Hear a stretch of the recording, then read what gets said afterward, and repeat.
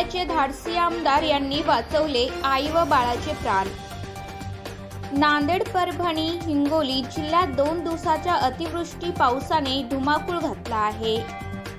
तसेच हिंगोली जिल्ह्यातील मौजे डोंगरगाव पूल येथे पुराच्या पाण्यात अडकलेल्या नवजात बालक आई व कुटुंबाचे हिंगोली विधानसभेचे आमदार संतोष बांगर यांनी प्राण वाचवले।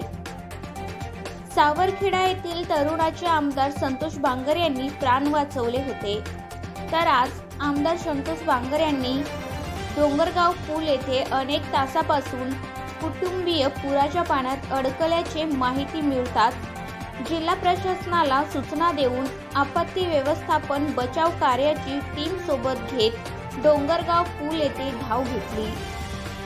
स्वतःच्या जीवनाची पर्वा न घेता 4 दिवसाचे बाळ, आई व कुटुंबियांना सुखरूप महापुराच्या पाण्यातून बाहेर काढले। तर जनतेच्या सेवेसाठी कळमनुरी विधानसभेला देवदूत लाभलेले संतोष बांगर यांनी जीवाची पर्वा न करता जनतेच्या सेवेसाठी तत्पर असल्याचे दिसून आले आहे।